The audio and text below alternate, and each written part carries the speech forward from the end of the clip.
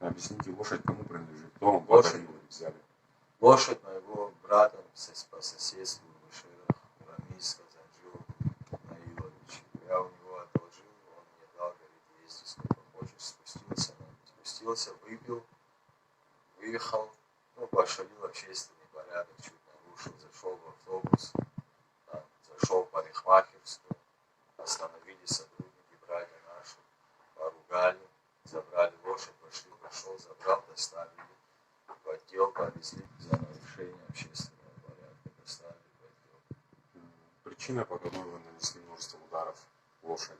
Ну, причина упрямилась лошадь, шла за поедом. Упрямилась просто. Оттуда уехал, поднялась, обратно ехал, спускалась, ударил. Так, сам люблю этих животных, самому жалко. Ногами, руками? Да, ногами. А куда вы били? Ну, в область живота, так, сзади, по жопе ударял, по лицу ударял, да. Вину свою признаете, потому что жестко обращались с животными? Ну да, то, что правильно